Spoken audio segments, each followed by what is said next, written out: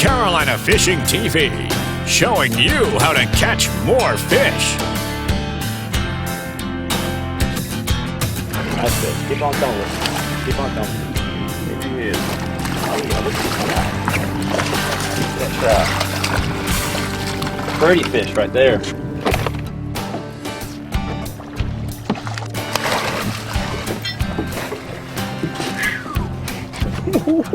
Fish. Nice fish. Right inside of the mouth, man. Good job. Yeah, look at that. Hello, folks. Welcome to Carolina Fishing TV. Captain Jeff Cronk here today, along with a guest, Jason Guthrie, a good buddy of mine. We graduated high school together back in Swansboro around, what, 88, 89, 90 you graduated? Yeah, I was way behind you. I got you.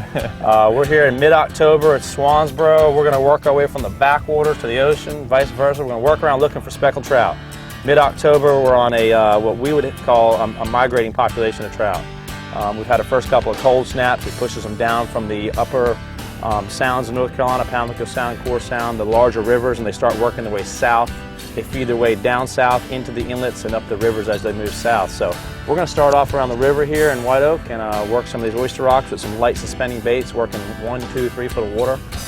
Stay tuned to Carolina Fishing TV for hopefully what would be some great speckled trout action mid-October, Swansboro, North Carolina. What you got there, Jason? Looks like a decent little trout here. What you got there? Oh yeah, came to the top. You got a pig or No, he's not a pig. practice fish? He'll be good on the table. We've been working down this piece of this rock for about 15 minutes trying to find some right here. That's some nice fish right there.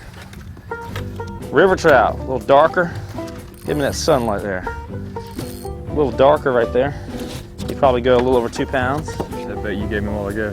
First time I'd used it. It's a gold flake there. It's a power bait shrimp. He had that on an 1/8 ounce jig head. It'll go just probably 2 pounds. Yeah. Nice dark color to them. Pretty fish. Good job. The other side of that rip right there, and then they lay on tight to this rock up here in front of me. Right there, baby. Oh yeah. Oh yeah. Oh, let me give him some. Oh yeah. You gotta love it. You gotta love it. Oh no. No, he's on there. He's coming at you fast. Yeah. He wants to get in the boat with us. He's coming at you fast. He is coming at us fast. What you got there, Jace? Oh, he's at the boat. He's at the boat. Better fish, isn't he? Up here, what you got? Oh, Decent. he's decent. Another one will go 2 pounds right there. He didn't catch that one on a Caught that one same bait. on the pink storm shrimp there. Another speck, another speck. It's not a 5 pounder, but I believe he'll go about 1 3/4 pounds, 1.75 if I do the math on it. He's going crazy too. This is all the speckled trout dancing. Look at that. Another one on that power bait. Berkeley's power bait shrimp. Probably about 18 inches long. Real fat belly on them, these river trout. There is a nice fish there. Oh yeah, oh yeah. Jason's got him one on. Jason's representing for us up here for Swansboro, right? Any size to this one again? So far they've been decent. I mean, smallest fish we had is about 1 3/4 pounds. That's a flounder, isn't it? Yeah, small flounder. Make sure you check with Division Marine Fisheries because the size limits have changed on the speckled trout since the beginning of October. So they're now, where it used to be 12 inches, it's 14 inches. Minimum size, both recreational and commercial, is 14 inches on our speckled trout.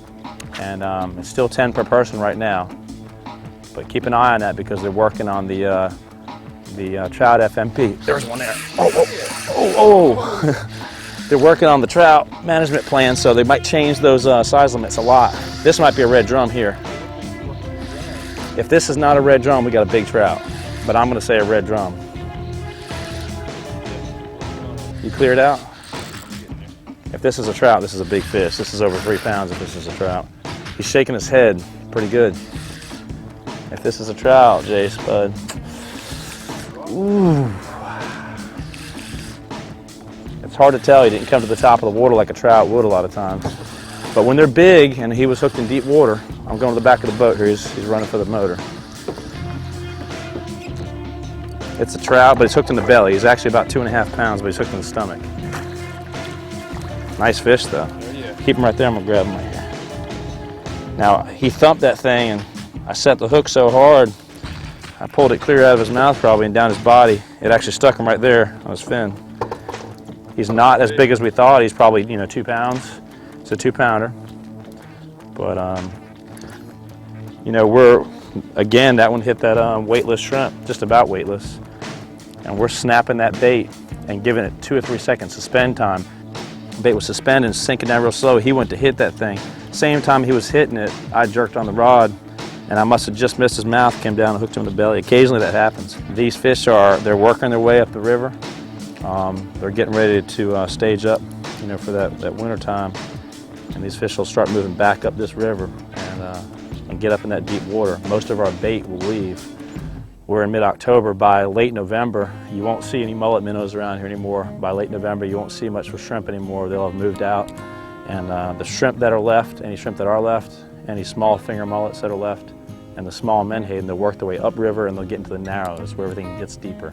Most of the mouth of the river here, and as most rivers, the mouth is wider. It's like a delta and a lot of shallow waters. You might have deep holes here and there, but in general, most of the area is real shallow. You get up the river, you're dealing with up our river, 10 to 30 foot of water once you hit the narrows. And they can survive the winter time in that deep water.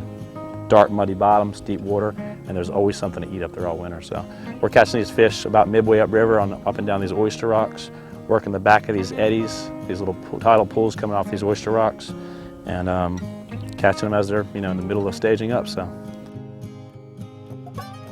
is that a red drum or a trout? It might be. Now I've had some big ones in here, some pigs. Shaking his head a little bit like a big trout, isn't he?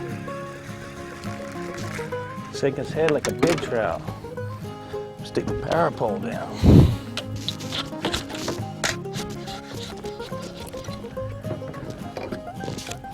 Is that a red or trout? What do you think? Oh, nice trout. Oh yeah. Oh, he come out right there. Whew. It was about a 3-pound trout. I know that you don't believe us, but they're right in that rip there.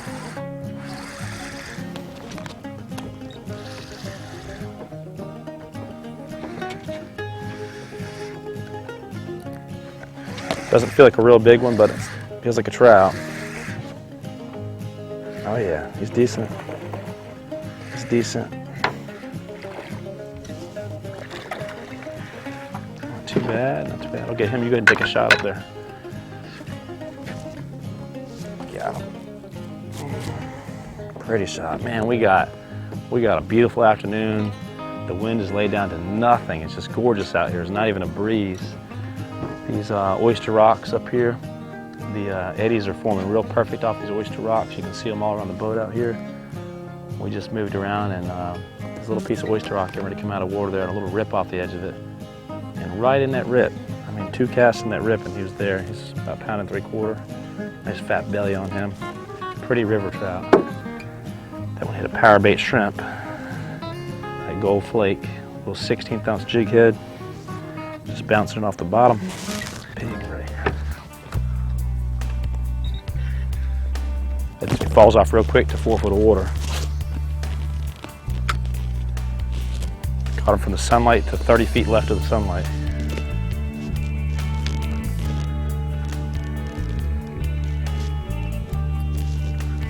There he is, got one. Got another one on.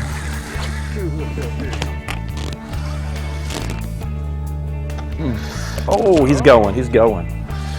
Oh yeah. Oh yeah, oh yeah. A little head shake there, where the sun set.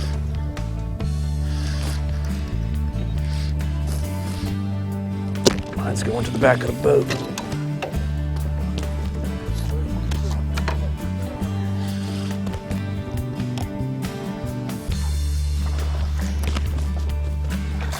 There's yours. I got it. He's going all the way around the boat. He's right here. I'll just flip him in. He's a decent one, but.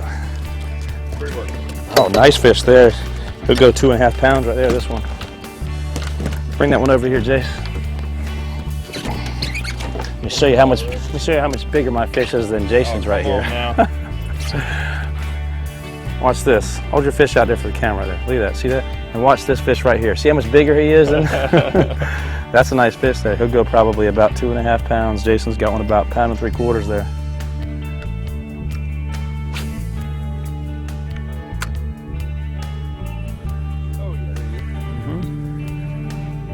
Got them all. Oh, decent fish there. Decent fish there. Head walker there. Head shaking it there. Nice fish, Jason. Nice fish. Looked like you would have up over 2 pounds. It looked like. Let's see. No, maybe not. He's just a head shaker. He's right. Look at that hook came out right there. He's right at 2 pounds. Right at 2 pounds. Maybe just a hair over 2 pounds. But tail walking on top. It's so pretty, man.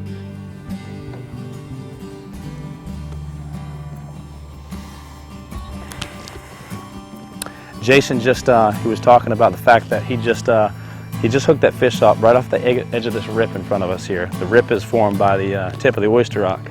You know, one thing about it, whether you're fishing inside the river like this where there's a lot of current, or whether you're fishing down around toward the inlets at the mouth of those creeks and whatnot where you have a lot of current, you get a good, well-defined break off the current, off those tips of points, those points of marsh or the points of oyster rock here, and it gives you something to focus on. You know, you can just pull right into that area and you can work, you know, 10 or 15 minutes on one of those points. And just as if you're targeting any species of fish, you're looking for a lot of times structure. That itself is the location, that's the structure. You start getting into these big bays and fish can be laying just about anywhere, there's no current. So you just have to pound out the shorelines and pound them out. Sometimes hour after hour trying to find a pot of fish somewhere. So we're able to pinpoint certain little points, nooks and crannies like this, and it can just be so productive and you can save a lot of time. Well folks, it's probably about 6:30. We got on the water this afternoon about 3:30, 3:45. Spent a couple hours primarily up in the river here. We also spent just a little bit of time down near the inlet looking. We probably caught, I don't know, 10 or 12 nice trout, ranging anywhere from about 1.75 pounds to close to 3 pounds. We used a variety of baits there. We caught them on a lot of shrimp imitation today, really, more than anything else. Really light jig head. There's a 16th-ounce jig head. It's primarily a lot of migrating fish, so sometime in late September all the way through December.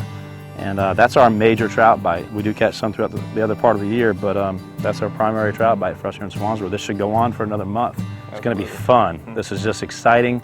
Just the feel. Anybody that fishes for trout, it's the feel of that thump when he hits that bait. And then as you saw, they come to the top of the water a lot of the time, especially in shallow water. Oh man, that head shake is just so exciting. So, you know, head on down to Swansboro, anywhere along the coast, Crystal Coast, this fall, and hook up with somebody. Go catch some speckled trout.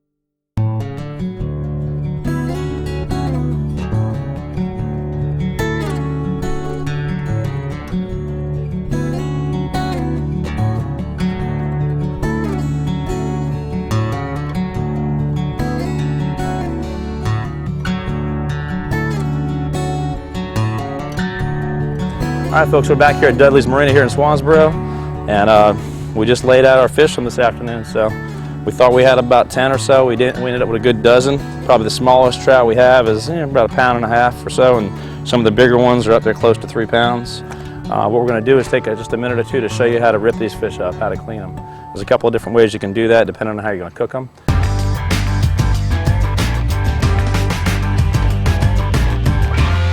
All right, basically, you know, a speckled trout, he's got a high, his spinal column sticks up a little bit, so you got to be careful when filleting them so you don't miss some meat.